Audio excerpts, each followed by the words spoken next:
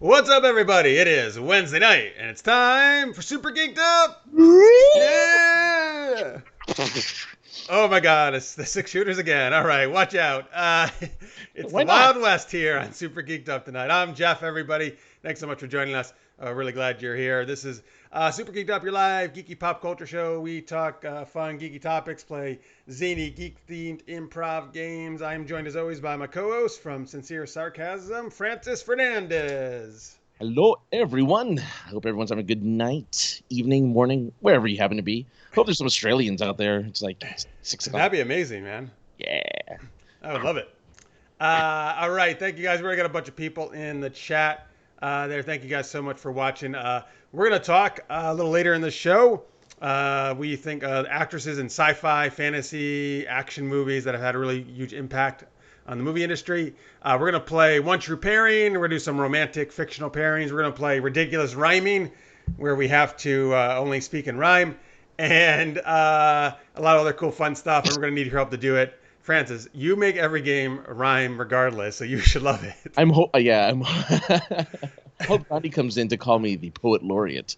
So that's only Johnny. See, I love it that he calls you that. I know you're probably not as big of a fan. Johnny's not in the chat yet, so you're safe at the moment. Yeah. He'll probably come in right in time though for it. I hope so. Look, it's a very fancy name, the Poet Laureate. I don't mind surprising. Yeah, because if he doesn't know this game is coming up, then he'll definitely be surprised. All right. So thanks everybody. I got James, Chaz, Carrie, Lister's mate, Rachel, Jalou, Lizzie, Scorpio, Victor. Everybody's in the chat. Thank you guys. You rock. Let's see. By the way, where did it go? Oh my God, there's so many chats already. Oh yeah, Scorpio said it's a fucking six shooter. And I don't have to reload. Rachel says, just FYI, my internet is out. Oh, is in and out. It's thunderstorming here in Houston. Oh, okay, so we may lose you, Rachel. I get it, but thank you for being here. Oh, she also says Praetorian, which is what she goes by, is a fancier name. Very fancy. It absolutely is. I like that. I like it. It's better than the Poet Laureate. All right, thanks guys. Thanks for being here.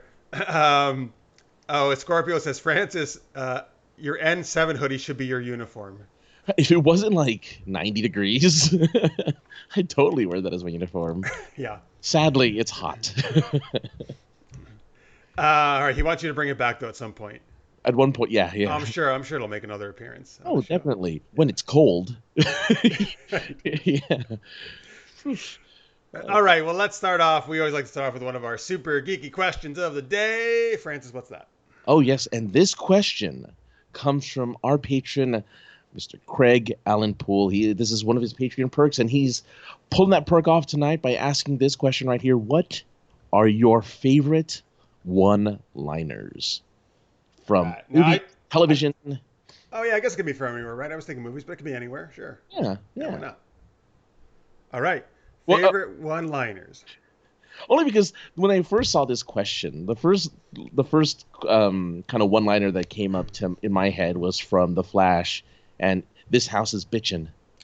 Oh no, I forgot all about that. Yeah, remember that? We talked about that all the time in DC Action Hour, that one season. This house is bitchin'. That was like the secret code. That was one of the things he was writing down and nobody knew what he was talking about, exactly. Right? Yeah.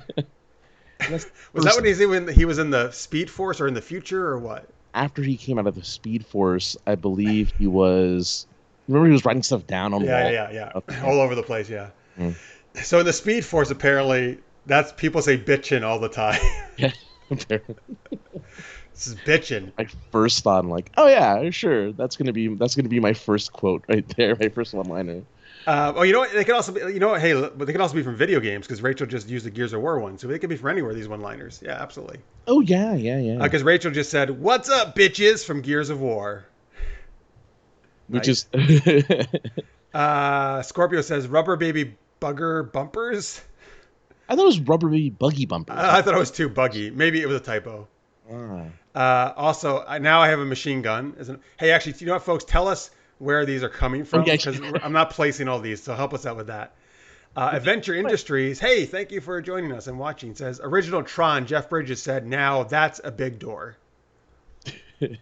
Which, of course, would bring me to one of mine, Yes. which is, you're gonna need a bigger boat. Oh, I thought Or, you were going to go Jurassic Park, and that's one big pile of shit. oh, Jeff Goldblum, right? Yeah. That's a good one too. Oh yeah. Oh yeah. Well, I mean, just to go along that line, I didn't even. That was one of mine, but just to go along the line of Jurassic Park, "Hold on to your butts" is like my favorite line from that movie. And it's used multiple times, right? Used multiple by Samuel L. Jackson. Yeah. Uses Maybe it. it's because he's the one who says it. It's like that's people quote that all the time. That one. That's a great one. Oh yeah. Oh yeah. Okay, this is by the way, YouTube is like flagging every quote because there's the word ass in it. Like I'm approving them, folks. But if you don't see your comment right away, just I mean it's flagging, and I have to hit approve on it. What kind of filters do you have on this thing? I don't, dude. I cannot. I do not. Come on, you know I don't control what YouTube does. Those are YouTube filters. Those are auto filters they put on. Unfortunately, yeah. I would take all the filters off if I could. You guys can say whatever you want. Yeah, that's true. Yeah. Let's see what else do we have here. Oh, Carrie's got a good one from Neo in the Matrix. I know kung fu. Whoa. I know kung fu. Oh, Buggy Bumpers was the last action hero. Scorpio says, so they changed it up. Oh. Okay, thanks, man. I didn't know that. In the movie They Live, Victor says, I came here to kick ass and chew bubblegum. I'm all out of bubblegum. Which is stolen. And it's stolen by Duke Nukem in Duke Nukem 3D.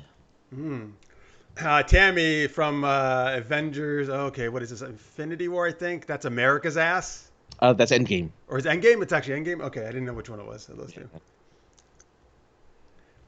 Rachel says from Bob's Burgers, girls have uteruses, boys have deuteruses.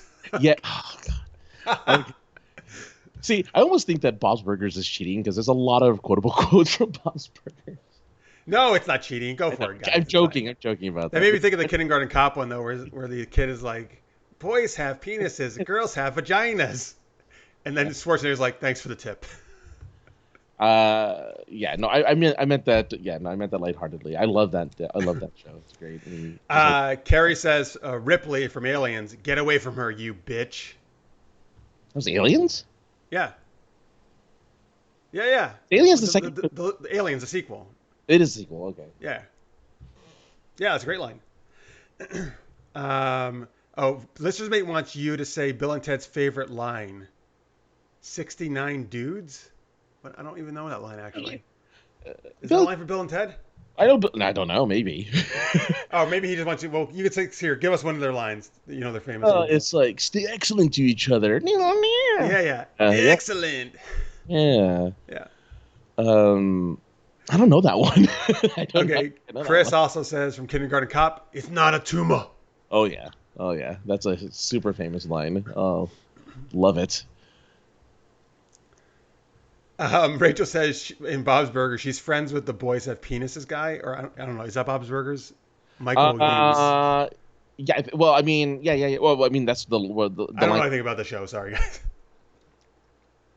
The actor, she means, though, anyway. Oh, that's cool. Oh, that's really cool. Chaz says from Star Wars, aren't you a little short for a stormtrooper? You mean the one that hit his head on the... No. Okay, so Jalou has one from Aliens by, who is it? Bill, Whitlingham. No, Bill Paxton. Paxton? You want to do the famous, you know the one, right? His famous line? Can you do it? What's his famous... No, I don't know his famous line. What's his famous line? Game over? Game over. No, you know, like, game over, man. Game over. All right, Victor says, Hulk to Loki, puny god. Puny god. Wow, people are like, people have so many awesome one-liners here. Oh, yeah, no kidding. All right, so one of my favorite, and also like as a more comedic type one. Yeah. Because that's actually how I think of one-liners normally. From, of course, Die Hard, yippee-ki-yay, motherfucker. Or, and my favorite is when Alan Rickman says the line, because he has that accent. Wait, he doesn't say, says what? He does say it. He says, yippee-ki-yay, motherfucker. Oh, does he say it later in the movie? He says actually? it in the movie. It's really bad. It's really right. bad. He just says it so. You are obsessed with his accent in that movie. I love it. I love his accent. I don't know. I love his. Only when he tries to do the American accent, and when he says, I don't know why you're that what you really do like for some reason. "Oh man, oh I love everything he says in that movie." Oh, me Oh too. boy. What are some of your other favorite ones? Oh my God, there's too many. I think the one that really hit for me is from a movie that people haven't seen in a long time. It's called Austin Powers, and it's Doctor Evil. Doctor Evil has the best lines ever, and one of the lines that I didn't remember the full line, so I had to look it up. But it's this. It says, "It's Doctor Evil. I didn't spend 6 years in evil medical school to be called Mister. Thank you very much." Right, I remember that. So funny. Uh, zip it. Zip. Austin Powers, man, just the funniest stuff. Just so funny to me. It's another couple of mine. Some from my favorite geeky movies. From Back to the Future. You're my density. You're my density. I've always loved that so much. Lay your hands off her. And of course, for The Princess Bride, inconceivable. I can't do his voice. Not for a million. Give me $1 million a day, and I can do that dude's voice. His voice is very distinct. In the chat, Chaz says from Indiana Jones, it's not the years, honey, it's the mileage. Oh God, yeah. Scorpio says that's a perfect quote. Let's see here. Jalou has one from Clerks, the character Dante.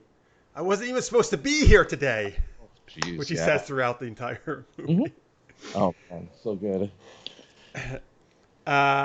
Listeners, man, is this from Austin Powers too? Right? Do I find you horny, baby, or is No, it? Do I make you? Do I make you horny, baby? Yeah, that's right. Do I? No, horny, baby. I can't do his voice either. Oh, come on. Yes. Carrie says perfect, Dr. Evil. Nice. Oh, thank you. Chris Hadley says it's in the hole from Caddyshack. Oh, are you too good for your hole? Listeners Mate says Picard, make it so. Oh no, that's Billy Madison. What is he? What does Billy Madison say? Are you too good for that? So Adam Sandler stares at is yelling at the ball before it gets into the hole. He's like, "Are you too good for your hole?" Wait, is he Happy Gilmore? Happy Gilmore, that's it. Happy Gilmore. Thank you. Sorry. That's all right. The one after Billy Madison. Yeah. Where he punches Bob Barker in the face, right? Exactly. Price is wrong, bitch. Anyway. That was what he says. Jalou says for Spaceballs, evil will triumph because good is dumb. Oh God, everything about Spaceballs is so good. James Cox, is that rabbit in your pocket, Eddie, or are you just happy to see me? Oh, that's Roger Rabbit. Yep. Yeah. That's Roger Rabbit. And no, I'm not. That's a Jessica Rabbit quote. I'm not doing a Jessica Rabbit impression. Oh, I want to hear your Jessica Rabbit. Oh no. So Tammy says my all-time favorite quote from The Princess Bride. My name is Inigo Montoya. You killed my father. Prepare to die. I think I need it in a French accent. All right. Said you asked for it. Oh, my name is Inigo Montoya. You killed my father. Prepare to die. Thanks. All right, I got one that from probably not as quite as well known as a movie, but I really like this movie. It's called The Long Kiss Goodnight. It has Gina Davis in it and Samuel Jackson. I don't know if you ever saw that, but it's a kick-ass action movie, and Samuel Jackson's very funny in this movie. And I don't know, for some reason I've always found this. He actually says a lot of funny things, but this one line he says, I don't know why I found this so hilarious, but he has a gun, and he's like putting it, I don't know, somewhere, and she's like, oh, you can see it. She's like, stick it down your pants. In the front, like, you know how people in a lot of these movies, they'll stick it down the front of their pants, right? Yeah. And he says, you want me to stick it in my pants and shoot my damn dick off? Really? I just think that's hilarious, because why would you stick it down the front of your pants? You are likely to shoot your damn dick off. All the time, though. They really do it all the time. Yeah. In the movies, yes. I don't think in real life people actually do that. No. Well, yeah, I guess not. I think it's so funny because I think it's kind of a commentary on how movies do that all the time, and it's ridiculous. Yeah. Yeah, because you just see that a lot in movies. It's pretty bad. I mean, I think it makes more sense in the back of your pants, At least you shoot your ass then, rather than your dick. And it's more hidden, I feel. More fleshy, Yeah. Let's see. Oh, Adventure Industry says, I don't think he knows about Second Breakfast, Pip. Oh, Second Breakfast. From the Lord of the Rings, of course. Lord of the Rings, yeah. 11 Z's, yeah, Second Breakfast. Scorpio says, fun fact about Jurassic Park, I can recite the whole movie from start to finish. Holy shit. I used to be able to do that. I Read tried to the do entire movie? That's impressive, man. Yeah, from beginning to end. Yeah. Sorry, that's Jeff Goldblum laughing when the helicopter's going down. I was like, what are you doing? He just laughs like that. He goes, because he gets introduced. Anyway, it doesn't matter. Scorpio says, LOL, Jeff, I love that movie, referencing The Long Kiss Goodnight. Gina Davis is hot in it. Hell yeah, she is. I think we brought up Gina Davis when we were talking about our hot actors, hot character. I don't know what we were talking about. I don't know what it was. Hot characters? What was it? It was mostly characters. It wasn't hottest really characters, right? actors, Something like that, or hottest actors? I don't know. All right, let's see here. Just any other ones you want to share there, Francis? Your like one-liners you really dig? This is see, the thing is, it's not really a one-liner. It's several lines, but it's a quote from The Rock, and this is Sean Connery. Okay, you're bashed. Losers always whine about their bashed. Winners go home and fuck the prom queen. Yes, that's right. That's great. That's still my favorite Michael Bay movie by far. Yeah, 100%. See, if you didn't tell me that was a Michael Bay movie, I'd been like, this is a really good movie. And then for some reason, I had this Transformers-ness in the back of my head with Michael Bay. But he did that way before Transformers. He did, yeah. He did a lot of good movies. But then I look back at his catalog, I'm like, actually, he's done some pretty good films that I enjoy. So good on him. Rock's a great action movie. Yep. Jalou says from Star Trek 2, you want to do it? He's a con. Yell it. Con! You have to put his fist up. You have to look to the heavens. And then do this. Oh yeah. And do a judo flip. It's always his fighting style, his double fist everything. Yeah. Not a judo flip at all, actually. It's just a really fake over-the-shoulder flip. Oh, that's true too. I love how so many shows do that. Like that, the person would not ever be flipped by doing that at all. No. It's like, unless you're incredibly strong. Right. That's a Star Trek staple, though, actually. That's true. Like Next Gen DS9 used it. Yeah, well, yeah, sort of. Picard has done it a few times. Sure. Picard has done it a few times, I think. Picard's fights are actually really good. In Picard, they actually upped their game and did some. Oh no, not Picard, the newest one. Oh, Picard the character, yes. The Picard the character because Picard really doesn't know how to fight. He knows how to fence. No. Does he know how to fence? In Next Gen, he's in the holodeck fencing with this dude. Oh, you're right. He even does it briefly in the new series. Oh, good. Okay. Yes, Adventure Industries does the bubblegum one, which we got earlier. Yes, absolutely. That's an amazing quote. James Cox says from Pulp Fiction, "Are you so much of a fucking loser you can't tell when you've won?" Oh my! I hear that so often. Just ironically. Let's see. Nice. Chris has from War Games, Mr. Potato Head. Backdoors are not secrets. Oh, really? He's hacking. Oh, man, I need to rewatch War Games. I don't remember. I've actually never seen that whole movie. Only bits and pieces of it. Oh, really? Yeah. Okay. It's about a high schooler who takes. Yeah. I know Matthew Broderick. Yeah, I know the plot. Matthew Broderick and all that. Takes the day off, and they all think he's sick, and so they're like, "Save Ferris," and what? Right? Am I getting this movie? Right. and then Godzilla shows up. Godzilla shows up. Oh man, I forgot he was in Godzilla 2004. Oh my god, yeah. Scorpio says props to the Patreon, meaning Craig. Best question ever. All right, good. Yeah, Craig. Craig's in England, Wales actually, so he's probably asleep right now, but he watches in post. So Craig, yes, amazing question. Thank you for it very much, sir. Cool. Rachel gives one of my all-time favorites from Star Wars. I love you. I know. Are you sure about that? that would have been terrible. Right before he goes into the carbonite. Yeah. Jalou says multiple characters from Next Gen. Shut up, Wesley. Oh God, there's a super cut of all the Shut Up Wesleys. Yeah, well, not Shut Up Wesleys. I think Picard is the only one that ever says Shut Up Wesley. No, well, actually, Crusher says it also in that episode. Yeah. Shut up, Wesley. Oh yeah, that's right. Yeah, you're right.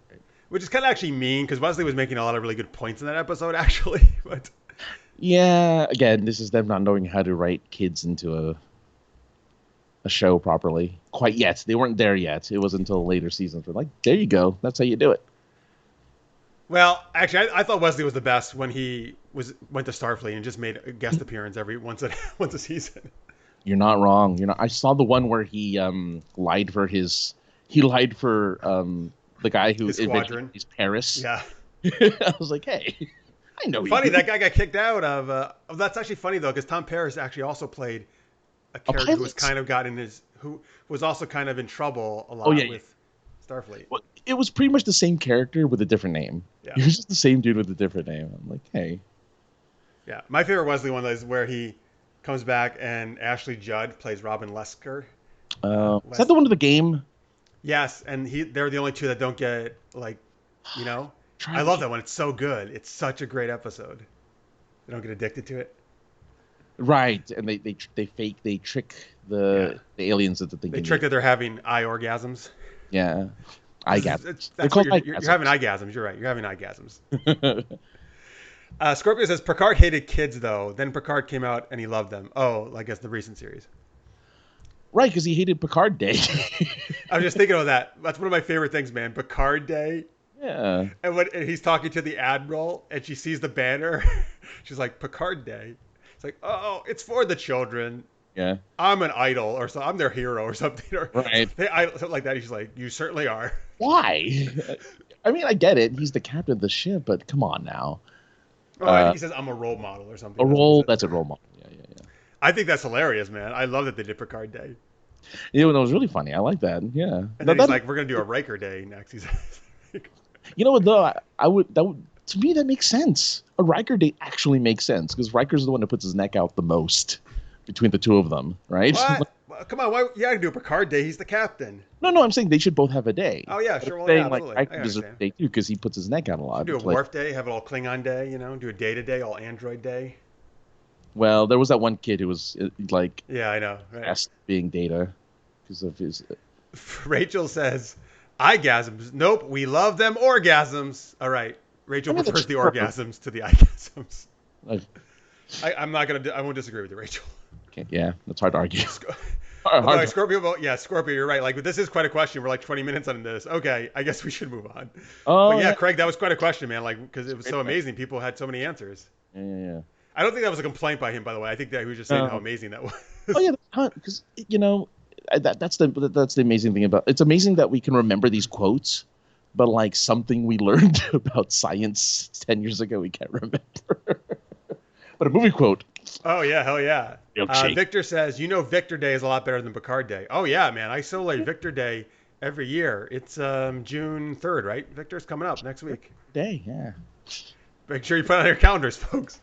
Victor, tell us what we should do for Victor Day. And then let's see. Venture Industries from RoboCop said, "I buy that for $1." I buy that for $1. What is that? What is that? It was a commercial. Oh yeah. It was a commercial on TV. Yeah. Okay, what's this quote from? James says, "I see you shiver with anticipation." Yeah. Oh, who says patient? Oh yeah. Is there a big there's a big pause like that? Pause. There's a long pause. Oh, what is that? It's not Hannibal Lecter or anything, right? No, I don't think so. Although he's got some good quotes. Oh yeah. Speaking of, by the way, these ones are not. I mean, these aren't funny one-liners. Well, they've become one sort of. But I mean, Schwarzenegger has amazing one-liners, right? Of course. Oh yeah, but I'll be back. Oh jeez, yeah. Come with me if you want to live. That's one of my favorites. Get to the chopper. Okay. Rachel says on Victor Day, everyone has orgasms. Well, that's the greatest day to celebrate ever, then, Rachel. I'm glad we're going to celebrate Victor Day. I'm glad we're doing that every day. Yeah. But they're especially powerful on Victor Day. Apparently, yeah. Everyone's passed out on Victor Day. So Victor says, for Victor Day, I command that we all read a book. Okay, can we read an erotic book that makes us have an orgasm? An erotic will. No. That would be ideal if we can do that. Oh, there you go. Now I have it down. Faux Shot says Rocky Horror for. I see you and shiver with anticipation. That's Frankenfurter. Oh, all right. Nice. But there's so many. I mean, growing up there was Clueless, so there's As If, and Mean Girls has Stop Trying to Make Fetch Happen. What is it? Fetch? Fetch. Yeah, what is fetch supposed to be? So it's just supposed to be like, like fleek. You remember on fleek was a term? Oh God, yeah. What the fuck did that mean? On point? Just that you were on point. Yeah, yeah. Fletch was like that? Yeah, yeah. It's so Okay. fetch. It's so fetch. Rachel says, hell every day for me, and then she puts it in all caps, orgasms. I love how every time Rachel's here, sex gets mentioned many times. Which is why you're great, Rachel. I don't see. I love why you're here. No, I'm not complaining. It's great. I love it. All right. Chris has Air Force One. Get off my plane. Off my plane. I don't know. We both said it way deeper than I feel that he did it, but no, he says it high. Yeah, because it's him yelling. It's because he's gonna yell out over the wind. Yeah, the hatch is open. He's like, "Get off my plane!" And then he kicks him out, right? Yeah. I think he throws him out. Or throws him out. Yeah. Something like that. Yeah. Oh, Scorpio says, "Hey, here's a great quote. Here's the best one-liner yet. Stop trying to make Fref happen." No. The word "stop" should be turned to "keep." Keep making Fref happen. Keep trying to make Fref happen. Yes. Yeah. How dare you? Carrie says, "So fetches," and that's fetching. Fetching. Like that's good. Yeah. Well, when something's fetching, it's attractive. Oh, you're. Well, yeah. Fetch. Is that where they got it from? Yeah.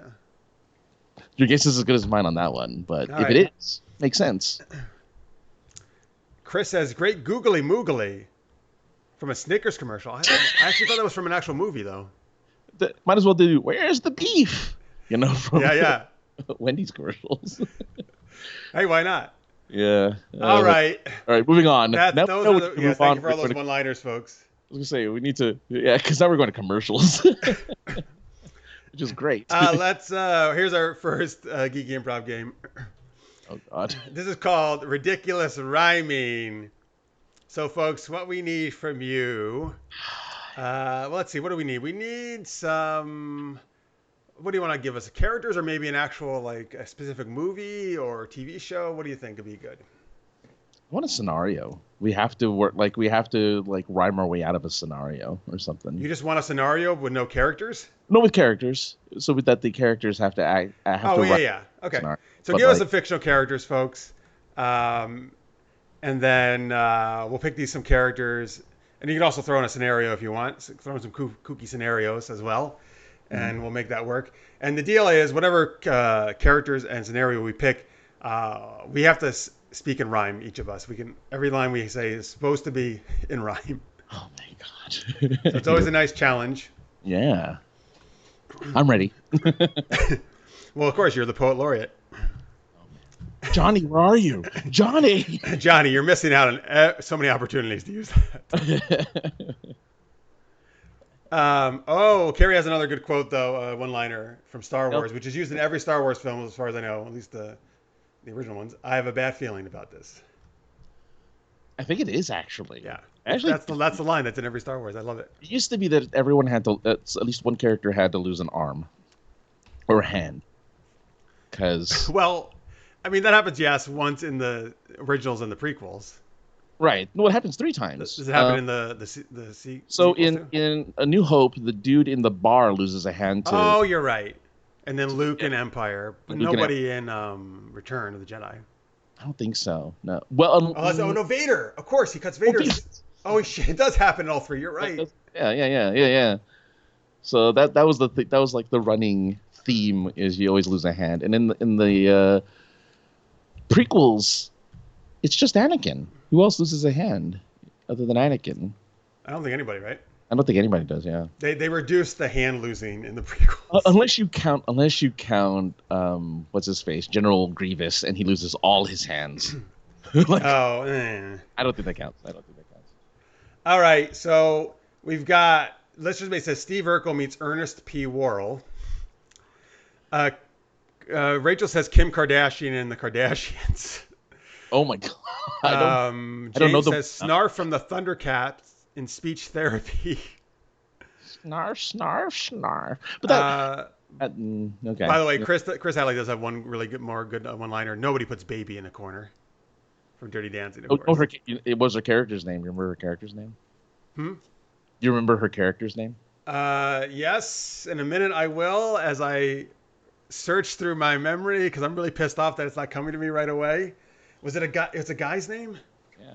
right? Uh-huh. Am I right on that? Yeah, it is the guy's name. It's driving me nuts now that I can't think of it. I'm gonna double check to make sure, but I believe I'm pretty sure the name I have it correct. But if yeah, I did have it right. Yeah, What is it? Francis. Yeah.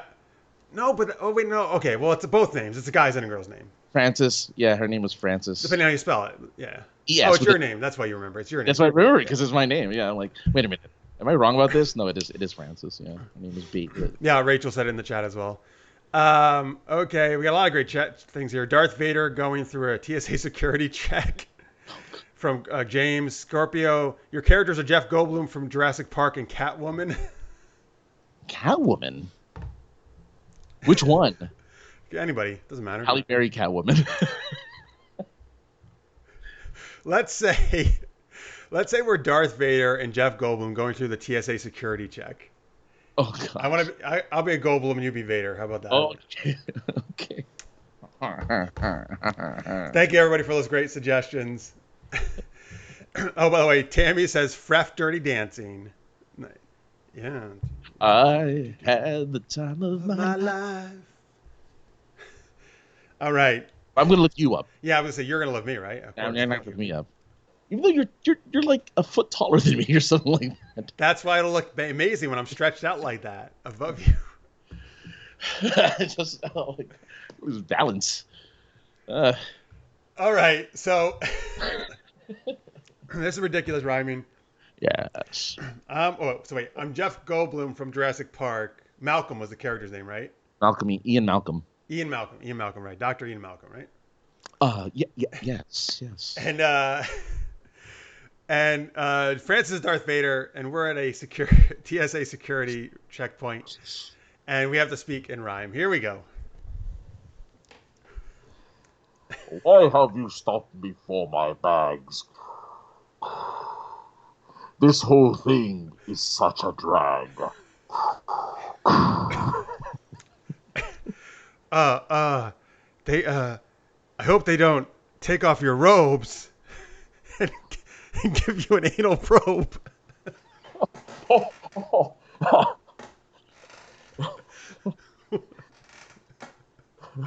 If they touch my butt, I'll use the force. And with it, they'll feel much remorse.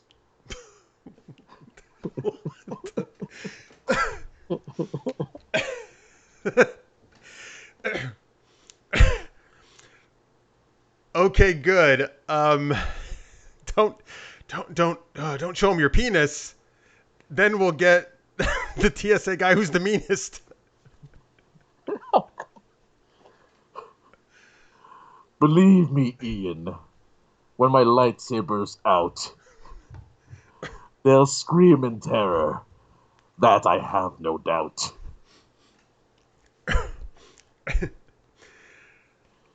Whoa! Your penis is really large. Hey, it's Scott Baio. She's Charles in charge.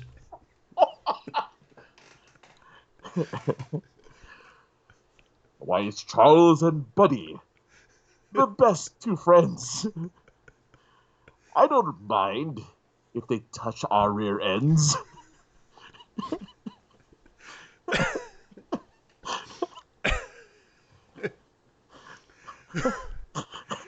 Oh, well, that sounds like it would really hit the spot.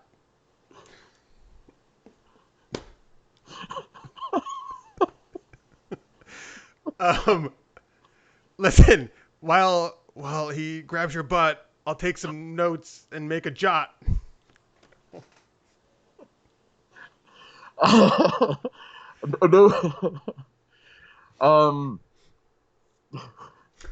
Know that if know that if God, if they touch me, it'll cause a spasm because it's Victor Day and I had an orgasm. All right, let's stop there. I was getting ready to try to do a T-Rex one, but that's perfect. We'll stop there. Okay, good. Something about like Tex-Mex and T-Rex. I don't know. I was trying to work it in. Oh, yeah.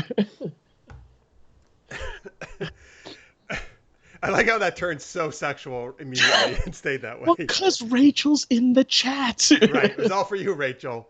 So during this, Rachel did say, "What the flying fuck?" and a bunch of crying, laughing faces. She says, "Don't shit on yourselves." I think meaning laughing or something. Yeah. She also says, "Don't mention big sacks, please." I couldn't think of anything around sex. Jack. Oh yeah, I guess so. Pack. Packs. Oh, so we got some rhymes, of course, in the chat. Scorpio, don't share your special toy with another boy. Oh God. Chris, where is my bag? I cannot go without it. I cannot deal with this or further jet lag. Oh, okay, bag lag. I get it. Carrie, this rhyming skit went off the wall when Jeff and Francis talk about penis and balls. You didn't get the balls part yet. Very nice, Carrie.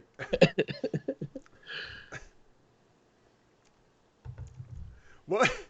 I don't even remember now. What was that one? What was the one you said? It was so convoluted. I was like, what are you even rhyming with? I lost track. Oh, I loved it though. It was great. Depends. I mean, there were a few of them. Okay, yeah, I don't know. I don't know where I was going with. They were great. It was awesome. I don't like it. Spot. What rhymes with spot? Rot. Oh, you said. Blot? Oh, that's why you said jot, right? Because I said job, but I'm trying to think of other ones. Blot. Rot. Grot. I don't know. Oh, it's so hot. I don't know. Oh, hot. Of course. Why is that so difficult? Yeah, we're talking about touching asses. That would be perfect. Hot. Exactly. Yeah. Listener's Mate says I'm singing the theme to Charles in Charge in my head. Perfect. I was just happy I worked in Charles in Charge because I love that show. Oh, and I like that you mentioned Buddy. Buddy Lembeck. Yeah. He made the show, man. He did. Yeah. Scorpio, Rachel is in the chat. Yes, girl, you caused that. Nice. Yes. This is what happens. Now everybody just rhymes the rest of the show. That's good though. Also says, that ending, Francis, you rock, Scorpio says. Oh, thanks, man. I tried to... Wait, sorry, what was it, spasm? You said with orgasm? What rhyme? Oh, yeah, that's right. Yeah. Because it's Victor Day, and I had an orgasm. But yeah, if they touch me, I'll have a spasm, because it's Victor Day, and I had an orgasm. Yes, that was perfect. Perfect ending. Didn't realize there were so many orgasms going on at TSA.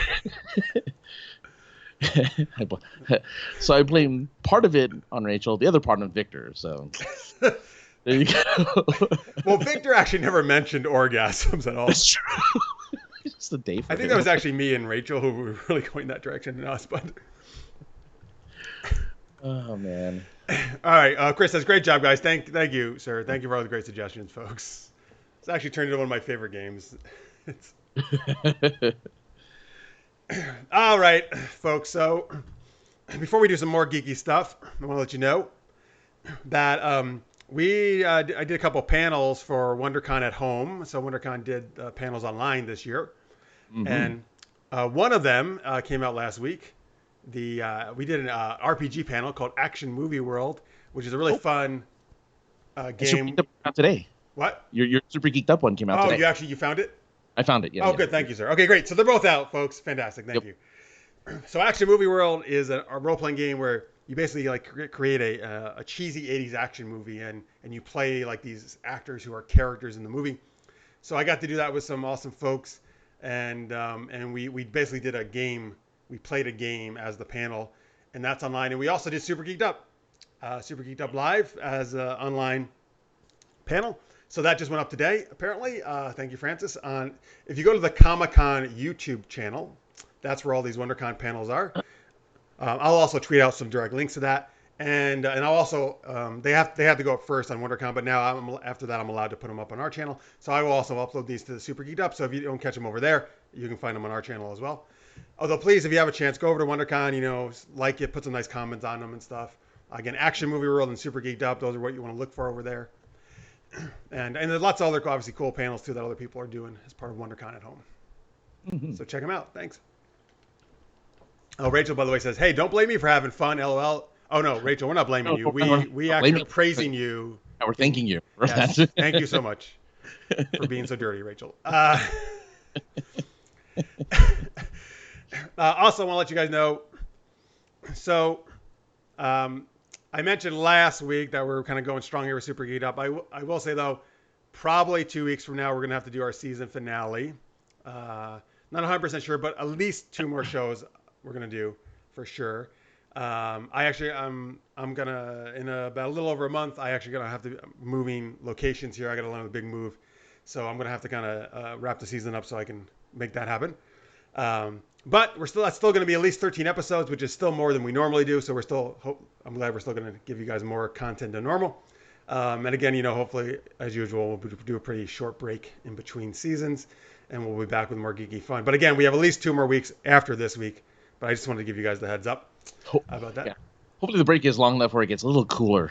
Hopefully, so you can wear your N7 sweatshirt. So I can wear my N7 sweatshirt as part of my uniform. That's my Super Geeked Up uniform, is the N7 jacket. Well, if we do that, we'll have to do a Mass Effect ridiculous rhyming version. God, what rhymes with Garrus? Paris. I'll take you to Paris. I'm sure what rhymes with Shepherd. That's a hard one. Oh, that's a hard. Oh, don't do Shepherd. Def Leppard. Commander Shepherd loves her Def Leppard. Loves listening to Yes. While she's in Paris, banging Garrus. Okay, I'll stop. Chris says, best of luck to you on the move, Jeff. Oh, thank you, Chris. That's very nice of you. Oh, yeah. He also says, Rachel, you have all the fun you want. We all should. Absolutely. That's what the show's all about, having fun. Scorpio says, is there a plan for the season finale yet? Not yet. We do have guests for next week.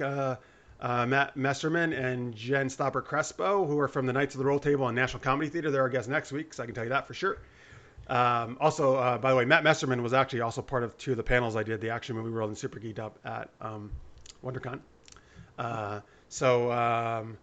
And by the way, actually, let me give a shout out to the other people who were part of that. Vanessa Gritton was part of the Super Geeked Up one. Someone was Omar Najam. Omar was on the Action Movie World. John Mewald, Malika, Lim Eubanks. So thank you to all of them for being awesome. I was thinking the other day though about we're not that far away from episode 300. I mean, we still got a little bit of ways to go, but we've always done like big things on the 100 and 200. So I started to think about we got to do something huge for 300 when we get there. Well, so what we'll do is we'll dress up as Spartans. We'll get our abs really rocked out. I'm gonna have to start working out now. Then, yeah, really hard. Or I'm just gonna buy one of those fake Spartan ab things. And we just have to fight. And we just keep yelling, "This is SGU" or something. Yeah. As we quick kick random superhero villains into holes, into bottomless pits. Bottomless pits. Why was there a bottomless pit there? It made no sense. I don't. It's oh come on, it's Sparta. Well, you know why? Because it is Sparta.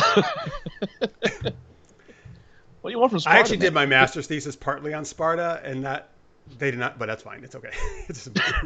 It was, well, mind you, though, that was based off of a graphic novel anyway, so it's not graphic novel. Yeah, so it wasn't like it was supposed to be historically accurate. Well, I mean, part of it they got part of it right. Yeah, the Lena Headey part. Are you saying that's your favorite part when she's having sex? It's the only part I remember her being in. I know she's not more than that. I mean, I think Lena Headey's super hot. Yeah. You know what's so weird? I watched the movie in the theater. And I don't know why. I think I said that maybe people are kind of immature. But there's the sex scene, right, between her and why am I blanking on his name? I really like this guy. Who's the lead? Leonidas. The actor. Come on, the White House movies, White House Down movies. Yeah, he's in the Olympus Has Fallen, actually. Olympus Has Fallen. That's it. That's what I meant. Yeah. Anyway, you know who I'm talking about. Tell us in the chat, folks, please. I always forget these things. But they have fairly early in the movie, they have a sex scene, right? At one point, they're doing a doggy style, and the whole audience just started laughing. And I was like, "Why are you laughing?" My theater. What? And I saw. Here's the weird part. Did they laugh in your theater too? They didn't. No, I was like, "Why is that funny? It's hot." Yeah, but I think it's also awkward because I saw it on, one of the first IMAX screens. So you got to So see her that ass was really big. just in your face. Oh, I would like to see Lena Headey's ass that big. It's disastrous. It's scary. The whole thing is just. Let's see. Oh, I think James has to run. He says, "Thank you so much, James, for sticking with us and watching." Yes. Sorry, guys, got to go. Love chatting though. Um, and Chris says it's Gerard Butler. Thank you, Chris. That's who I was trying to think about. Gerald or Gerard? Gerard Butler. By the way, Rachel says, "OMG, please dress as Spartans. That's sexy. That's the sexiest thing on a man." Dressing up as a Spartan. The abs, I believe she means. Oh yeah. Oh God. Yeah, you're right. I'm gonna have to start working on that. Start doing those crunches. And she says, "Lift that skirt up, easy access." Okay. I mean, that's kind of why they did it. Yeah. Scorpio says, "What was that thing where the Spartans dipped arrows in shit? Oh, does that happen in the movie? I don't remember." I thought it wasn't in shit. It was like a flaming like oil. I thought it was like an oil. Yeah, like a flammable oil. But I could be wrong. It's been a while. Yeah, I've only seen that movie once. I think when it first came out. I've seen it. Yeah, I've seen it. Maybe, well, yeah. it has some of the. I mean, look, I'm not gonna lie. It does have some of the really cool. It started that really cool, fast. Slow motion. Zack Snyder, right? Fast, slow action things, right? Yeah. You know what? I actually do not like that style, to be honest, really that much. Sometimes I only like the movie. Everything else I didn't like it in, but for some reason in that movie it really, really works. But when he did it in Watchmen, and then he did it in that's the funny thing. I actually liked it in Watchmen for some reason. Oh, I didn't like it. See, there you go. I'm thinking of the scene, my favorite action scene in it, where Silk Spectre and Night Owl are in the prison. Oh, they're in the prison. They're fighting the. That's such a good fight.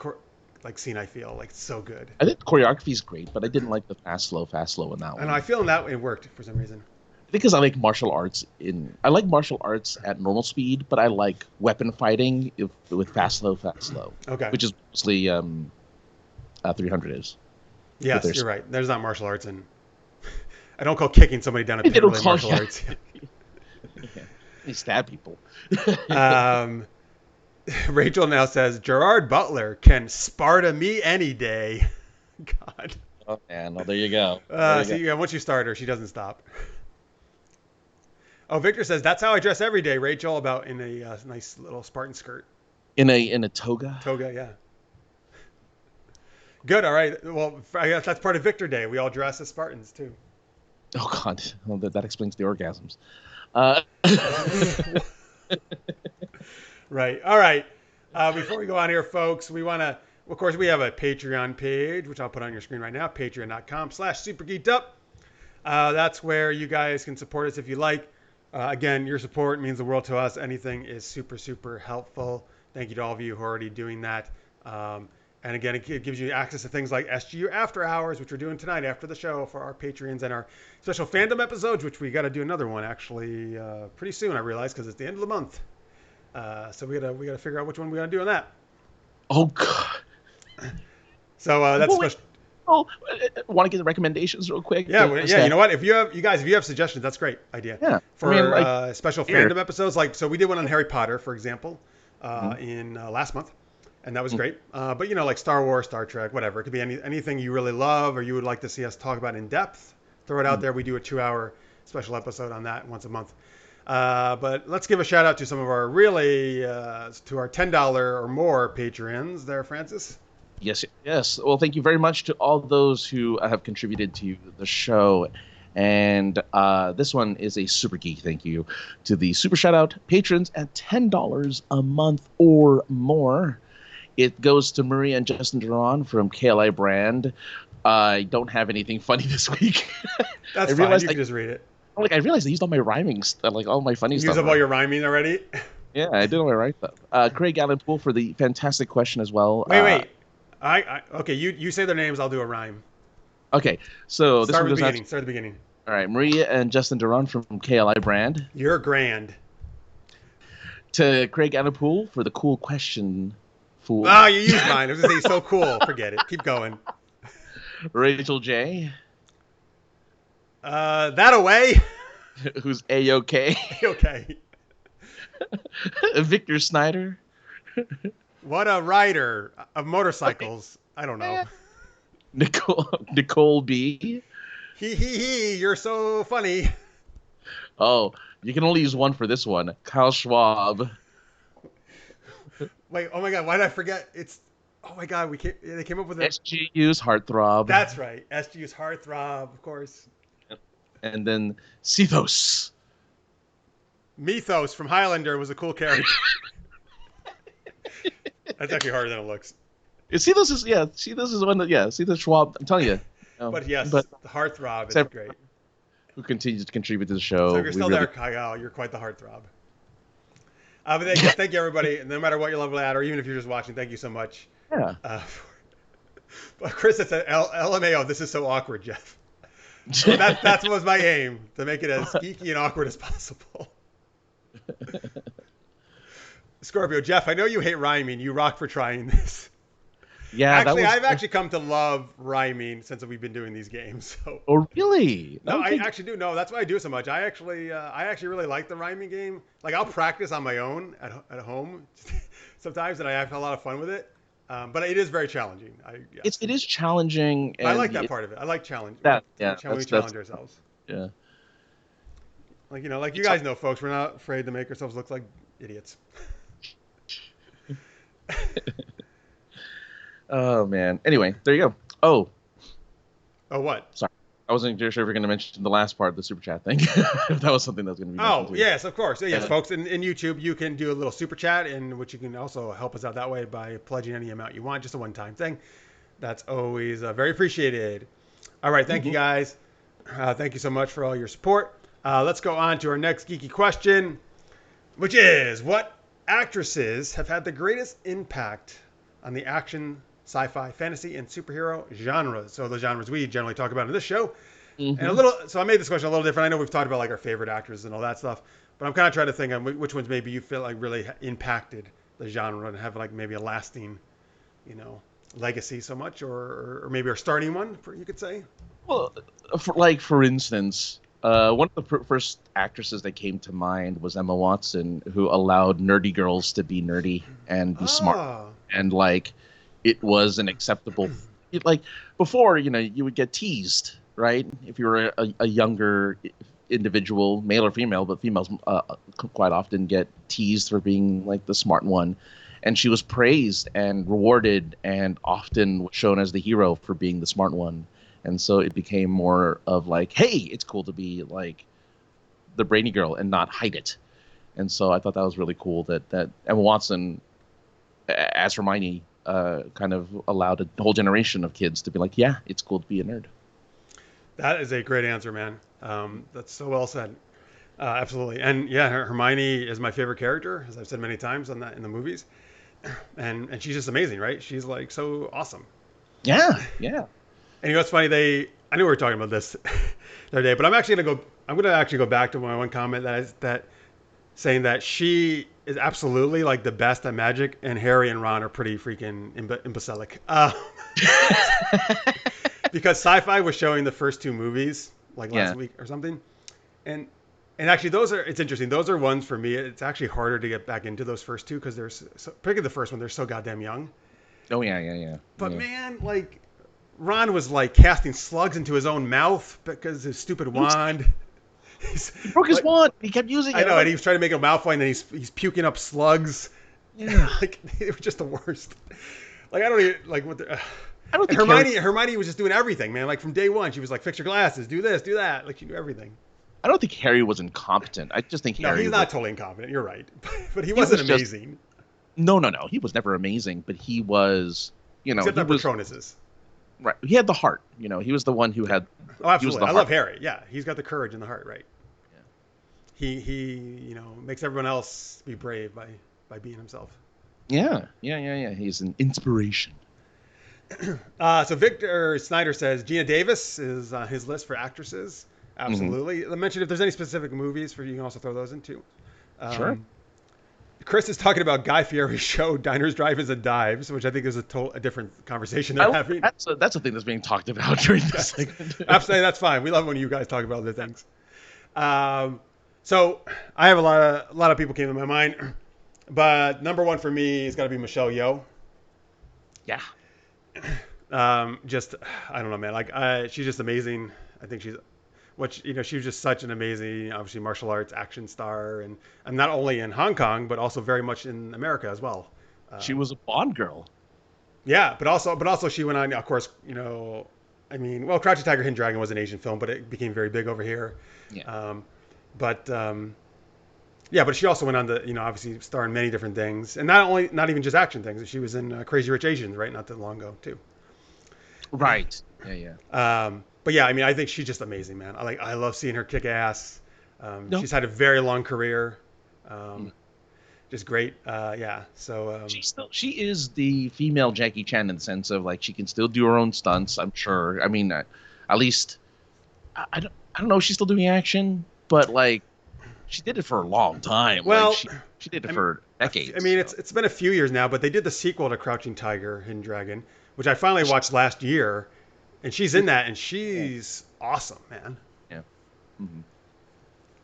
She's also a great actress too. Tammy says, agree with Michelle Yeoh. She's amazing. So going on the martial arts thing. And I didn't watch a lot of her movies back in the day but I just watched two of them on Tubi because there's a ton of like 80s martial arts flicks on Tubi, which is a free television. I was gonna say, is this another Pluto plug? No, I'm not plugging Pluto. I'm plugging Tubi this time. Tubi now. Hey, I'm trying to look, man. I need free TV, man. I'm trying to help people out. Get their free TV. Nothing wrong with that at all. No. But Cynthia Rothrock was a big 80s and 90s. No, you don't know about her? No. She was a big 80s and 90s martial arts star. I'm looking at Cynthia Rothrock. She did a lot of movies, and I didn't know this. In '85, her first movie was actually with Michelle Yeoh. It was called Yes, Madam. I had no idea about that, so I had to watch that. But I just watched Martial Law 1 and 2, not the show. They were movies that she was in. Okay. Yeah, she actually started out as a champion martial artist. She has like black belt in 7 different styles. She like won a whole bunch of championships. Oh my god. Yeah, she's the real deal. And when you see her, you know she is. I'm looking at some of the clips. Yeah, she's crazy. Yeah, that's awesome. Like her ability, particularly to do kicks, is like crazy. Yeah, and it's like legit. It's not like I mean, no offense to the people who like the Power Rangers, but Power Rangers was a little more rudimentary, a little more simplistic. She's actually like pulling off all these crazy flips and spins and stuff. Oh, that's cool. I'm gonna have to see her in it. So I'm actually excited to go watch more of her movies. She actually has an article on Psychology Today called "The Queen of Martial Arts," Cynthia Rothrock. Yeah, like she's like the one back in like the 80s, like in the 90s. I would say is like the American female martial artist, like one of the few that I could think of, like that actually was actually known and did a lot of movies. Yeah. Unfortunately, you didn't see that much back then. It was a lot of guys mainly, right, kicking butt in action movies. Yeah, well, yeah, they didn't. Yeah, a lot of women didn't get a chance to do. At least in American like movies, anyway. Unfortunately. Exactly. Now, I mean, now we get to see a lot more, of course, which is great. Oh yeah. Because that's what I love seeing, man. By the way, Tammy says Cynthia kicked butt. Hell yeah. Scorpio says I prefer Pluto, but Tubi is good. Yeah, hey, they're both great. Watch them both. They're free. It's for everyone. Tammy says Gina Torres from Firefly, Cleopatra 2525. It's her choice. Yeah, Gina Torres is great, man. She was also an Alias for as a guest star. I remember Cleopatra 2525. That was like the same time Briscoe County Jr. I think came out, and neither of those shows lasted, unfortunately. But Briscoe County Jr.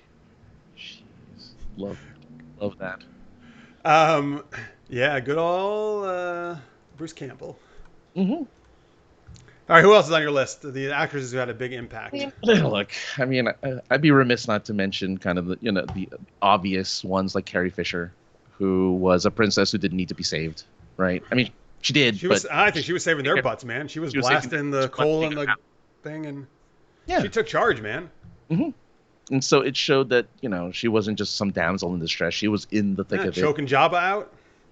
Yeah, and she was in the trenches on the Ewok planet. Oh God, what's it called?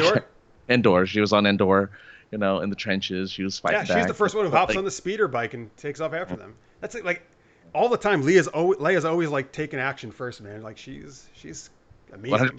100%. So like I almost feel like that's the too obvious of an answer. I want to try to think No, of. I'm glad you said it, man. That's the perfect answer, I think. Chaz says he loved Bristol County Jr. Rachel's answer to this question is Lucy Lawless as Xena, kick ass. Yeah, I know Tammy's gonna love that because she loves Xena.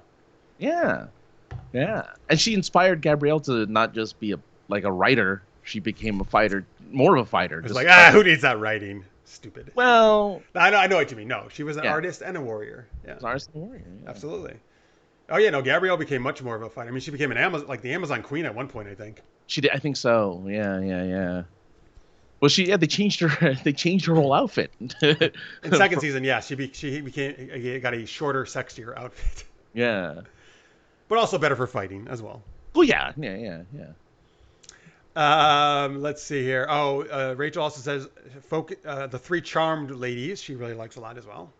Charmed, yeah. Oh, yeah, yeah, yeah. So I gotta mention Linda Hamilton as Yeah. Sarah Connor, of course, Definitely. from the Terminator series. Amazing. I also don't. I'm not actually super into these movies. I like the first Alien a lot, but you gotta give Ellen Ripley. I think is absolutely a groundbreaking in terms of character for I think women at that time period in terms of what the roles can do and stuff. So for Sigourney Weaver as Ellen Ripley, absolutely. Oh yes, Tammy says Xena was amazing. Rachel says Gabrielle became fit. She did. Yeah. Yeah. Yeah. It wasn't like she wasn't. I'm sure she was before too. But she got like ultra fit. Yeah. Scorpio just says, I feel like Sarah Connor is the obvious answer. Yep. There you go, sir. I think, yeah, well, yeah, because I think she's kind of the. If you're going to have the female superhero type person, you kind of mold her from Sarah Connor. What I really like about her though is she's not that at all in the first movie, and No. I love that you get to see so many sides of her and the transition she goes through, and that transition makes total sense for me based on what happens in her life. It's a superhero origin story. Yeah, I guess it is. You're right. But it's amazing, you know. Yeah, 100%. I love those movies so much. Oh yeah, yeah. Rachel says yes, Ripley. I have a Queen alien tattoo on my side. Oh yeah, she does. Oh, there you go. Oh, Tammy's got a good one. Buffy the Vampire Slayer, Sarah Michelle Gellar. Oh sure, Absolutely. Sure. I mean, I try to. Yeah. She definitely grounded the more cartoonish Buffy from the movies. Yes, very cartoonish.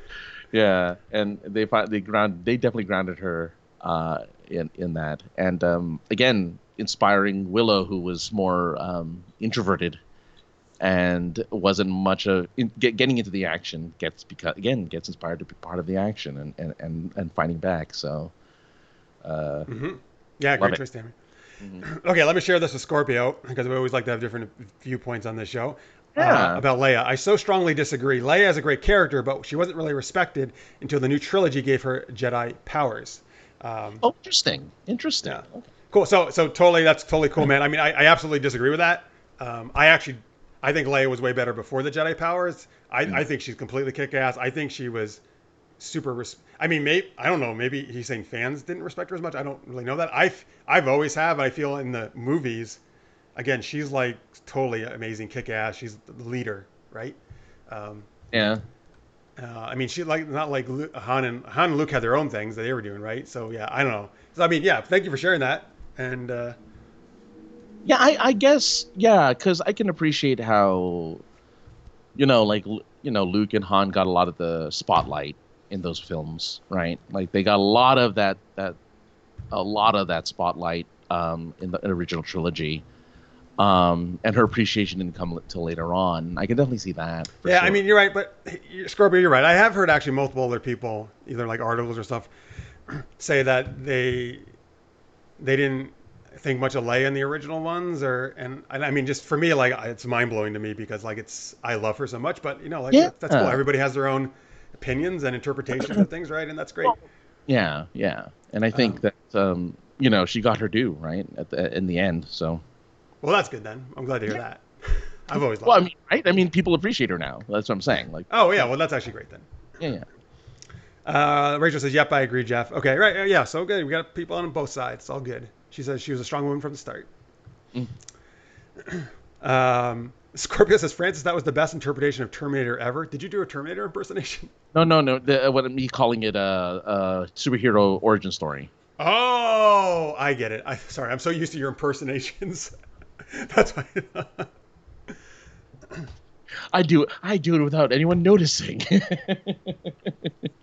Just that good. Victor says, Leia in the books became a Jedi like Luke. That is true in the Legend, what are called the Legend series of books now, right? She actually does start to develop powers there. Because in the later films, I know you haven't seen the latest films in the Star Wars. Well, I know she's even Last Jedi, she has powers. That's clear. She has powers, yeah. And they and I mean, how the hell are you floating out in freaking space, right, and surviving? And then in the final movie, they actually show her training as a Jedi. So, oh, really? Interesting. Yeah. So okay, cool. All right. Oh, Rachel says men need to appreciate strong women nowadays. A lot of men don't, and that's sad. A real man will love a real woman. Yeah. Sure. Hell yeah. Absolutely, Rachel. You got it. Okay, so Urba says, I think more if you look at screen time and importance, like Francis said, Spotlight, she rocks, but was downplayed a bit. Okay, I got what you're saying. Yeah. Yeah. All right. So let's see here. Okay, cool. So let's see. What else? Who else do I have here? Oh, yeah. I got Jennifer Garner as Sydney Bristow and Alias on my list. Mm-hmm. I think that was an amazing role. She got to do so many things in that role, too, because she was a spy. So she was like a different thing every episode, kind of in a way. Sure. And, oh, yes. Somebody just mentioned this in the chat. Yes, Chris did. Wonder Woman and Linda Carter. I was going to mention her as well. Yes. I think very early one, right? Back in the 70s. Absolutely. Yeah, because there weren't a lot of well, I mean, Marvel didn't have female superheroes in the sense that DC did. DC, I think, really that's led. Interesting. I mean, really led the pack, at least with front-facing superheroes that are women. And I mean, Wonder Woman's around. It was like 41 or so she's been around forever. Yeah, but you think of Marvel. Did Marvel?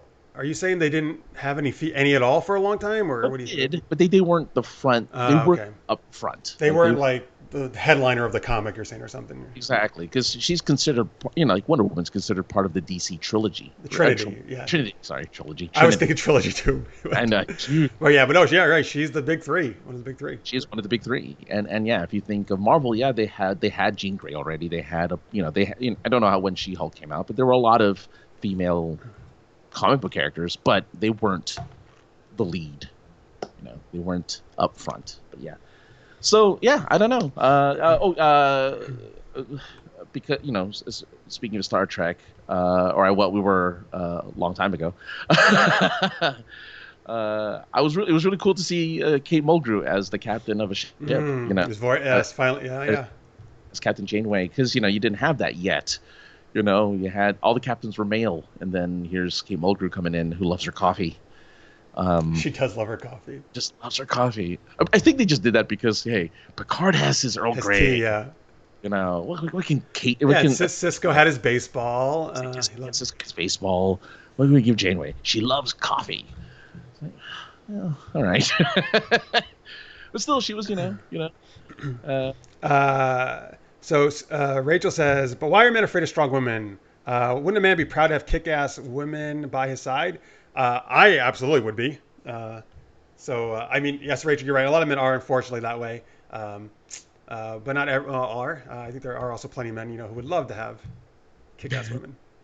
I mean, dude, that's what I try to, when I write stories, that's what I write all the time. And that's like the movies and shows I love watching. So Yeah, definitely, yeah. So yeah, absolutely.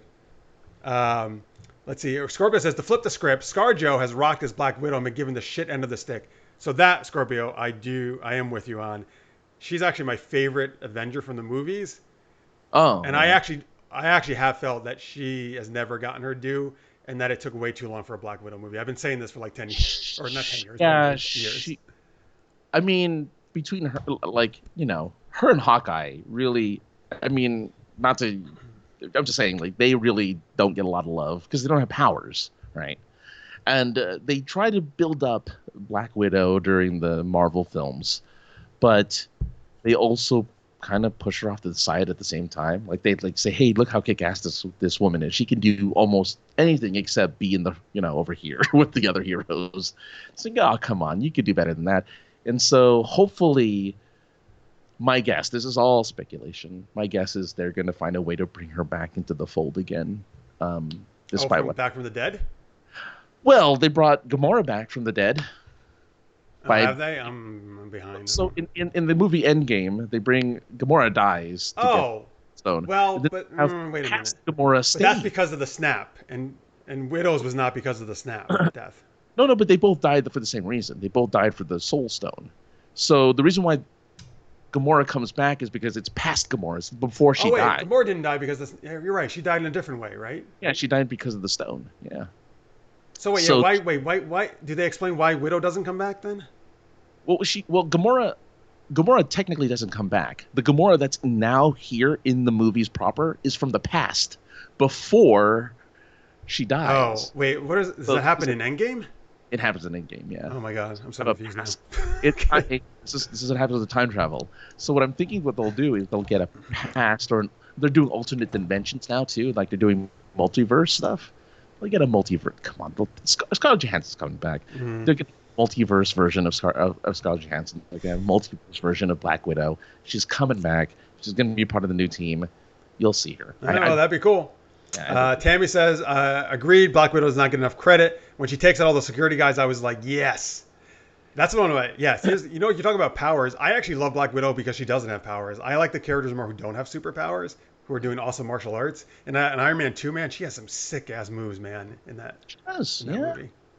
Not just that movie, but that's the one I always think about. She has really cool ones in that one. She has a hallway scene. That's the hallway, those aerial takedowns and all that stuff, yeah.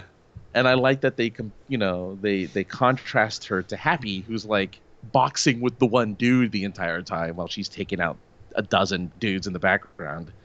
Oh, that's right. Boxing the one guy. Tammy says, you need a chart, Jeff. Oh, you mean to keep track of like all the MCU stuff? I absolutely do, if that's what you need. A lot of stuff. It's a lot of lore now. MCU has gone way too big for its britches. Hey, so I wanted to ask you, and I can ask the chat this as well, since you mentioned Trinity, of course, and Batman, Superman, Wonder Woman, of course, is the huge DC Trinity. But so Marvel doesn't really have that. Like, but let's see, who would you say like if there was a Trinity, or like if there was a couple characters you associate as the face of the Marvel universe, not necessarily the cinematic, but just Marvel in general, comic. Oh, I got Spider-Man, right? Spider-Man's got to be on there. Wolverine. Captain America? Knows who Wolverine is. Maybe. See, the problem with Captain America is that. So here's the thing. For the most part, Spider-Man is always Peter Parker. Has been what?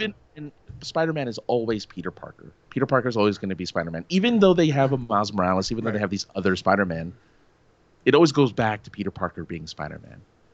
Captain America has been like 3 or 4 different people have been Captain America. A lot of different people have become Captain America. But Logan has always been Wolverine. No one else has been Wolverine except for Logan. Mm-hmm. Yeah, maybe his daughter X-23 has had the name Wolverine for a little while, but it always goes back to Logan. Logan always gets Wolverine. So I would say for a third, that's tough, because I would like to make it a female comic book. But you're right. It's not. They don't. But who? Right? Is it Miss Marvel? Is it Phoenix? Is it Jubilee?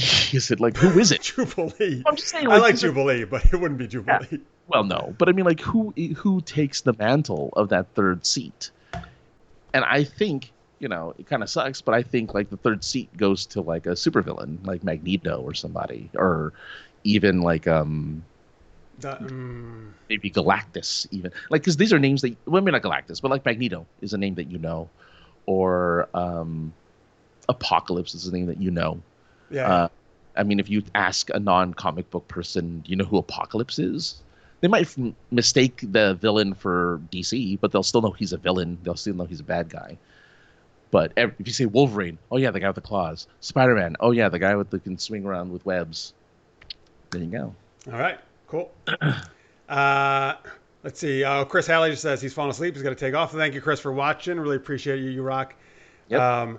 And then Scorpio says, talk about Stargirl, please. Victor says, I have not watched it yet. How is it? So I know, actually, that just came out. I haven't seen it yet either.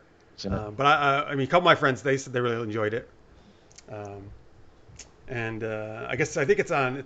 They're doing DC Universe and CW, I believe, for that show. I think they're releasing on both, right? I believe so. So you should be able to check it out on the CW site for free, actually, now, folks. The pilot, if you want to check out Stargirl. Yeah. But yeah, so if we'd seen it, we'd love to talk about it. So we haven't seen it yet, unfortunately. But if you guys have seen it, let us know. What do you think? Please. Yeah. Oh, so Tammy says Storm. She would put in for the Marvel. I can see. Okay, you know what? You're right. I can definitely see Storm. I can definitely see Storm. Again, I can see Jean Grey too, because Jean Grey is another face of the X-Men. And original X-Men too. Original X-Men. Yeah, exactly. I could see. And that's pretty much it. Like, again, I really like who else. It is interesting how DC and Marvel have kind of taken different routes in terms of the characters and stuff. And well, DC's always been more mythological, right, with their characters, and Marvel is a little bit with Thor and stuff like that, but most of them are grounded. Yeah, they're more real life kind of thing. Mutants, and, aliens and stuff. Yeah. All right, let's see here. All right, so let's see. All right, so that was we got kind of on a tangent there, but that's not unusual for us. Yep. All right, let's go on to our last game. One true pairing. Hey, Francis, what do we do for this? Oh, man. So we're going to get no, I'm just kidding. We're going to get a pair of stuff and put it together. One true pairing is where we'll be choosing characters from different types of fandoms and categories, and we're going to argue why our character will be the most romantic and most loving pairing with that character chosen. From you, the listener, the audience, the chat room, your guys are going to pick that character for us, and we're going to try to argue our characters against the one you pick. All right. Oh, and I see Alex Martin just popped into the chat. Hey, Alex, thanks for being here, man. What up, Alex? And Tammy also would put Mystique in for Marvel, she said as well. Oh, yeah. In the movie universe, she's been super prominent. Well, when they put Jennifer Lawrence in the role of Mystique, I'm like, oh, there you go. There you go. All right, folks. So here, give us some, kind of fandom categories, like Harry Potter, Star Wars, Indiana Jones, whatever. MacGyver, sure. Hey, I would love to do that. Arrow, whatever. Give it like a movie or show. Just throw them out there, and we'll pick characters from that universe or fandom to do our one true pairings. Also, by the way, throw some characters out there too, because we need a character to argue against, or argue with. I'm sorry, argue with for. I always say that. Argue for. We're gonna argue with you. How dare you? Alex says, "Hola, no class for 2 weeks." Oh, that's great. Because normally he has his online classes. He can't watch the show, so that's great. Yeah, Alex. Yay for breaks. Yay for breaks. So Rachel says Xena and then Quark from DS9. Oh, Rachel knows I love my DS9. We got Star Trek with Mr. Mays, Doctor Who. Scorpio says put Alex on an app. I miss him. Alex is great. I agree. So are you, Scorpio. You're all great. Tammy says Buffy. Okay, let's see. Let's pick one of these universes first. Oh, let's do Xena. Let's do the Xena universe. Okay, Xena. Have we done that before? No. When have we ever done the Xena universe? Okay. I've got two people in mind. I'm just trying to decide. I already know one of them. I'm not going to take the one away from you. I'm not going to take we probably have some of the same in mind, I bet. I'm going to take Joxer from you. Don't worry about it. So he's one of the guys. I think him or Autolycus. Those are the two I'm thinking of. I'll pick Ares. You're picking Ares? You Yeah. sure? Okay. All right, cool. You sure? Well, I didn't know if you wanted, one of the ones I was thinking. No, I like Ares. Ares. Actually, Ares I think is a great character. I agree. He's great. Ares is the who was a because Zeus didn't. Actor's name is Kevin Smith. Whose name was Kevin Smith? The guy who played Ares. Really? Yeah. I remember that because it's the same name as the filmmaker. Yeah. Oh, that's crazy. I didn't know that. It doesn't fit his look. I don't look at him and see, oh, that's a Kevin Smith. I think he's like a Valdez Montoya or something. Very very exotic. Yeah. I got you. I'm gonna go with Autolycus actually. So the Bruce Campbell, the King of Thieves character from. Okay. It was very tempting to Joxer though. Right. Well, you know what? Actually, since we need a character to argue with, let's use Joxer as the third one. Oh, that's the person who we have to. Yes. Okay. So why would We're gonna do another round, Rachel. So don't worry. We can still work into Star Trek DS9 stuff. All right. So here we go. So why would Ares and Joxer be a good match, a good pairing? Well, first off, Joxer is mighty, right, and tidy, and he's, he wants to be this great warrior. Who's the greatest warrior of them all? Who is the man with the war in his hands? It's Ares. Ares has not only the ability to make you pretty much the best warrior ever, but he'll bring every battle to you to prove yourself. He's going to show off how great Joxer is. And Joxer's going to be singing the whole time. He's going to be loving it. And Ares is going to protect him, of course, because he's got that power, and he's got that magic. He's going to want to keep that dude alive, I guess. Not really. He doesn't really want to keep that dude alive. But for the argument of this whole thing here, yes, he does. He wants to see Joxer alive. And so Ares, with his cool mustache and goatee, and his bare chest, will go ahead and of course provide all of that loveliness to Joxer, and that's why they are the ultimate romantic pairing, because he'll love him for that. Joxer will love Ares for everything that he's doing for him. All right. Scorpio says they're both used to dealing with bullshit. Okay. That too, actually. Yeah, he says Ares would slay Joxer. Oh yeah. But for the sake of this though, no, you're right. Yeah, because that's the first time things like Ares would just kick his ass. And then Rachel is of course saying the song Joxer the Mighty. He's very. So I think she meant tidy, but she actually wrote he's very tighty. So that's a whole different thing if he's really tight. But... Yeah, we're going back to this whole butt thing again. Yeah. Okay. Anyway, okay. that was the subtext of the song. So, Tammy says they could team up and try to woo Xena and Gabrielle, and that's actually a good idea. Oh yeah. That's true. I don't think Xena and Gabrielle will be having none of that though. I don't think. Maybe for Ares though. All right. Come on, there was always that underlying current of love for Ares from Xena. I think so. But Autolycus and Joxer. Okay. Mm-hmm. So here's the thing. So Joxer, yes, claimed he was the mighty, but we all know he was completely incompetent at fighting. So if Ares brought all these people to prove himself, Joxer would just be dead real quick. Okay? So that wouldn't be good for Joxer at all. But Autolycus is the king of thieves. He doesn't like fighting. He likes being sneaky and stealthy and stealing things, right? So Joxer would be in less danger with Autolycus, I feel, and he could be like his sidekick, helping him steal things. I think Joxer would be a great diversion because he's a buffoon, right? And he knocks things over and he makes a mess. And Autolycus, it's the perfect thief's thing, right? The thief always does. They get someone looking the other way, right? Or so they looking at Joxer, and Autolycus just picks their pocket, steals their stuff, whatever he needs to do, because Joxer's making a big debacle out of things. Distraction. He's the perfect man to help Autolycus out. Also, Autolycus, he likes to get with the ladies, and Joxer's really bad with the ladies. So I think Autolycus could get enough ladies for both of them, and Joxer would finally get some. Which he's not getting with Xena or Gabrielle or with anyone else they come across in their adventures. That's true, yeah. So I think, he finally would lose his virginity, maybe to Autolycus, maybe to a lady that's Autolycus with, maybe in a menage a trois. I think Autolycus would be into that, actually. So there you go. That's why I think they're the good pairing. Question is Joxer willing to give up the lead role, right, and be a sidekick? That's the question. Joxer is a sidekick. That's what, but he does. I don't think he wants to be a sidekick. He's the sidekick to a sidekick, actually, because he's sidekicking to Gabrielle almost. He is. No, he is. He's like the Rufus of Kim Possible. But he's way more incompetent because Rufus actually is really cool at what he does. Yeah. As I say all this, I absolutely love Joxer. He's one of my favorite characters. I'm saying this with love. That's why we love him, because he is so incompetent and funny. Well, yeah, that's what made his character so great. Right. Yeah. Yeah, Ted Raimi was amazing in that role. Yeah, no doubt, actually. No, he was great. Tammy says Joxer would end up naked and broke and in jail. And Rachel says Joxer will get dick. Okay. I mean, that's the weird. The funny thing is, yeah, I actually think you would. Oh, Tammy says Joxer makes it with Meg, Xena's doppelganger. I forgot about.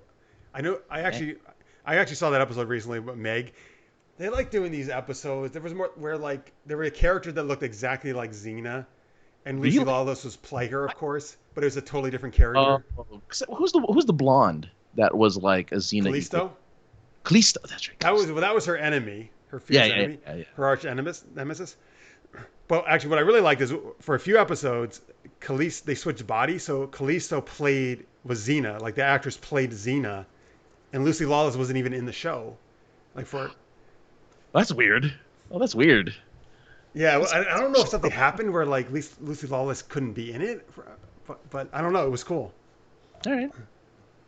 Oh man, I remember that. Alex Martin says Rufus, and Tammy says Rufus. Everybody loves Rufus from Kim Possible. I like Callisto better. So you like Callisto better? I think I liked her as a character. I'm pretty sure. You know what's? I know this is blasphemy, probably, because I do love Lucy Lawless. She's amazing. Yeah. I almost kind of like Callisto a little better as Xena when she was. That's what I'm remembering now. It's like I remember liking her as yeah. You know what I also like? I actually liked Xena. And again, I'm sorry. I know Tammy and other people they're gonna probably like kill me for this. And I love Xena. I love Xena and Xena, but I actually like Xena better in Hercules before she got her own show. Like, cause I actually went back and watched it, and she's playing Xena differently in Xena than she did in Hercules. Like she wasn't as hard edged in Hercules and like as she is in Xena, and I kind of like that we got to see a little bit more layers of her in Hercules. I feel. That's just my opinion. I know a lot of people probably disagree with that, but that's. I think it's because the tone of Hercules is already not that way, right? It isn't like Xena got to get her tone, right? And that's why Gabrielle was there, was to kind of soften that edge. While in Hercules, it wouldn't make sense for her to be that hard edged in Hercules because it wouldn't have fit with kind of the feel of that show. And she didn't have Gabrielle with. I don't believe Gabrielle wasn't with her when she did her. Oh no, in Hercules, no. Gabrielle debuted on Xena. Yeah. It was oh my God, what was Hercules' sidekick? Oh, Aeolus. Aeolus is my favorite character out of all those shows. I think I love Aeolus, man. He was so good. Yeah. Both those shows they had great sidekicks actually. Mm-hmm. By the way, Tammy and Lizzie tell me that Lucy Lawless broke her arm. That's why that happened. Oh. That makes total sense. Thanks, guys. And Rachel actually says, yes, in Hercules, I agree. Oh, all right. Someone agreed with me. Yes. Well, I guess you are too. So good. Yeah. He says that Hercules actor is from Houston, Texas. Do you mean Kevin Sorbo or Michael Hurst, who plays Aeolus? I don't know. Let me know. Yeah. Actually, I got to meet Kevin Sorbo. He was a nice guy. He was cool. Yeah. I didn't get. Josh got to do his panel at in Philadelphia. Apparently, he's sweet. I went to his panel at Dragon Con. He's like really good on the panel, man. Like he's really a great speaker and like really cool with the fans and like the fans would bring up like what would be considered not controversial but touchy subjects, and he was really good with it. Like he just rolled with it. And he was really good at having the conversation. Oh, that's good because that's actually that takes skill to do that because that's. Oh yeah. 100. He was apparently really, really good at it, and people loved him. And I'm like, man, I wish I did that panel. I bet. Kevin Sorbo's awesome. Rachel says, I'm in Houston. Kevin Sorbo is not from Houston. Okay, so maybe it's a different actor then. Yeah. Alex says, I watched all of those shows way out of order and have no idea what the plots were. Okay, well, that would do it. Well, that's the thing is, that was the beauty of those shows. With most up until Xena's last couple seasons were not episodic, but most of the shows were episodic, so you didn't have to know what was going on. Alex says, I remember liking Ares, though. Yeah, Ares was great. It was great, yeah. Lizzie says, I'm from Houston, too. I may be getting confused. All right, that's okay. It's okay. It's okay, Kevin's not. He doesn't have to be from Houston. He's still cool. All right. So maybe it was Kevin Smith, Ares, who's from Houston. God. No. Kevin Smith is from New Jersey. No. Right. All right. All right. I love how we never pick winners anymore for these one true No, pairings. but Who we go on cares? tangents. We just go on Who tangents. cares? It doesn't matter. Yeah. All right. So actually, I guess that's probably a good maybe time for us to wrap up tonight. Mhm. So folks, remember, if you are a patron supporter at $3 or more a month, you can join us for SGU After Hours right after this. As soon as we end this show, a few minutes later, we start a new stream up. We're talking favorite cheesiest movies tonight. Cheesy movies. Yeah, and France is going to sing every time. Oh, every one of I them. will not sing every single time. Well, all right. Not again. Well, it'll still be good, even though he's not going to do that. I know. Yeah. So, So you can join us for that, folks. You go to patreon.com/supergeekedup, and the link will be right there as the top post in a few minutes. And you can join us for that. And Francis, of course, where can they check you out? Well, I have a website, sinceresarcasm.net. It's a good place to go if you want to find all of the stuff that I do. And I'm at AKA the Other Guy. That's my name on all of the things that is social media like Twitter and Instagram. That's my thing. That's my thing. All right. Yeah, and here's, of course, supergeekedup.com, folks, where you can check us out. And by the way, folks, it's all good in the chat, folks. Lizzie and Rachel doesn't. It's all good. Where who cares where he's from? You know, we're all just having geeky fun here, so don't worries at all about that. So thank you guys so much for watching. We really appreciate it. You guys are awesome. And we're going to do After Hours. Hopefully see a few of you for that in a little bit. For the rest of you, we'll see you next week for SGU, of course, as normal, 11 p.m. Eastern, 8 p.m. Pacific. And we're going to have Matt Mesterman and Jem Stopper Crespo, from National Comedy Theater and Knights of the Roll Table. And we'll have a lot of geeky fun with them because they're awesome improv artists. So thank you guys so much. You guys rock. We really appreciate you. And we'll see you soon. Stay geeky, everybody. Bye.